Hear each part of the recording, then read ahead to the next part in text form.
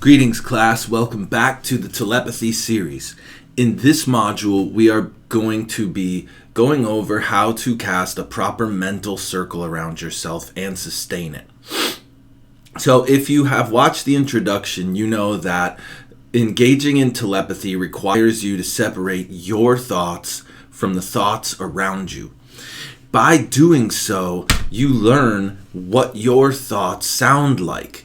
You learn the energy signature of your thoughts, and you learn how to separate them from other people's. This is very critical if you are seeking to read minds, because what we typically read is an amalgamation of our thoughts, other people's thoughts, and the effects that comparing them has on our brain. I got my cat here. No, it's a good kitty. Okay, I gotta work.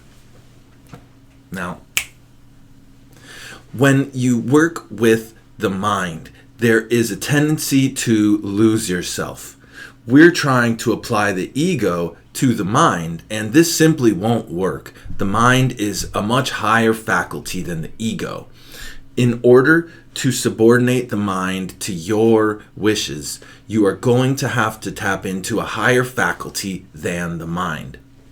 And this is not difficult. You have willpower, which overrides the mind. And most people don't seek to apply this.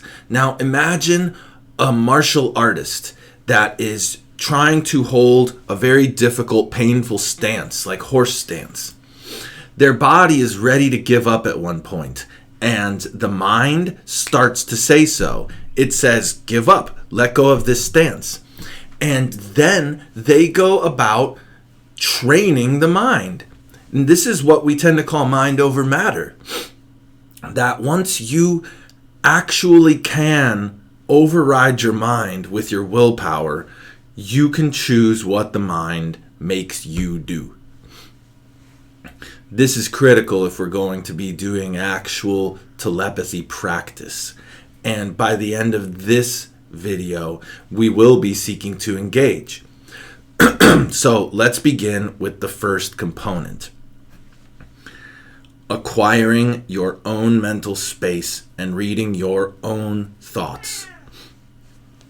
My cat wants to go outside right now, but it's really cold out and they'll freeze. No, you have to stay inside, my friend. Okay, so when you create the mental circle, you're using mental power. So don't try to just create a magic circle or something like that. You want to take your hand or a blade or a wand and draw a very real circle around yourself. And the realness of it is in the mind. You need to have your mind remembering this circle is there. Now, this is the first component. And write these down because you're going to have to pause the video. You don't want to be listening to me while you're doing this. So you relax yourself just a little bit. Put some heat into your hands. Concentrate it. And then stand up wherever you want to do this. Go somewhere where it's very easy for you to do this. Point and draw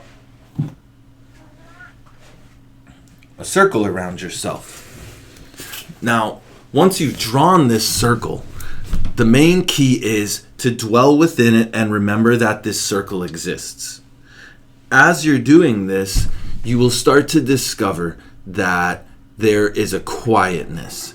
The types of thoughts you will have inside of a mental circle are not influenced by the collective energies or what we call collective consciousness or Christ consciousness or anything like that. All of the thoughts occurring within your circle are going to be only you. Now, say for example, you hear someone else's voice. You hear your parents telling you that you have to get a good job and go to school or something, and you hear this inside of the circle. This does not mean that their energies have entered the circle. It means that you have produced replicas of their energies inside of you. This is a different subject. It's what we call the 10,000 voices. And in this circle, you are going to extricate, banish, remove, or reintegrate these 10,000 voices. And you won't be so overwhelmed by everyone else's thought patterns any longer. The practice should take an hour once you're doing it more effectively. Before now, a 20-minute exercise will work. So right now, I want you to pause this video and perform the exercise I just said.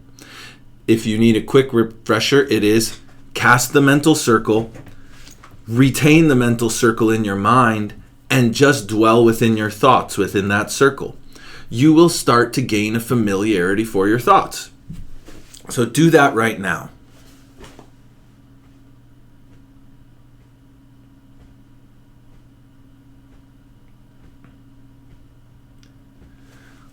All right.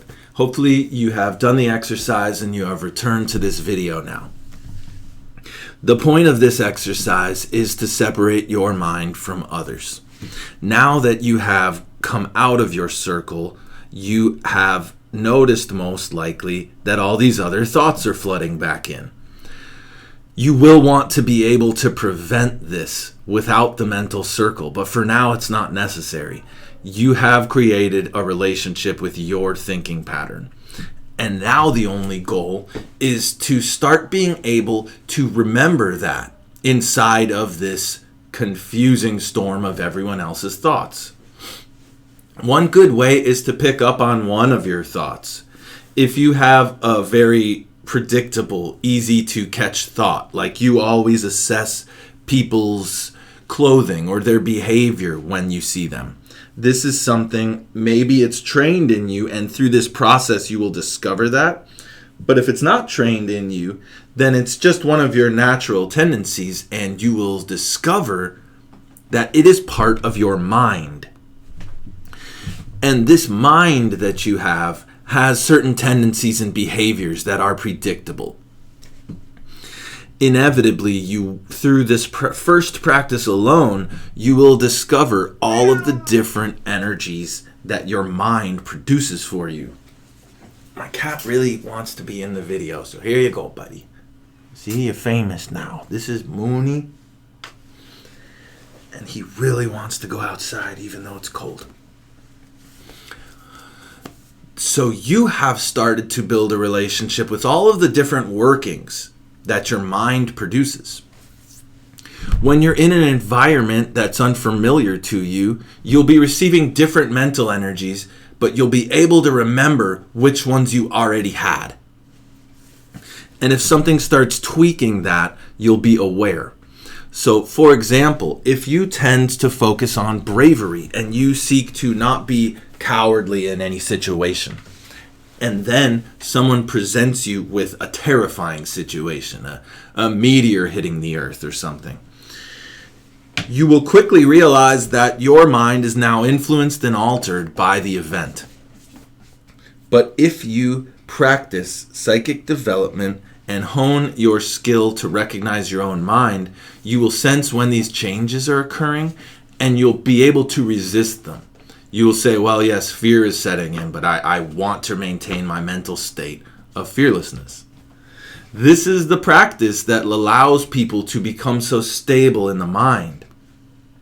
A telepath is typically depicted as quite mentally unstable in the beginnings of their work, in the natural state that they come in. But they have the tendency to sharpen and hone the mind to a much higher degree than anyone else. If you train your telepathic tendencies, this will be you. The next exercise is going to be recognizing other people's thoughts from yours, and we will begin that now.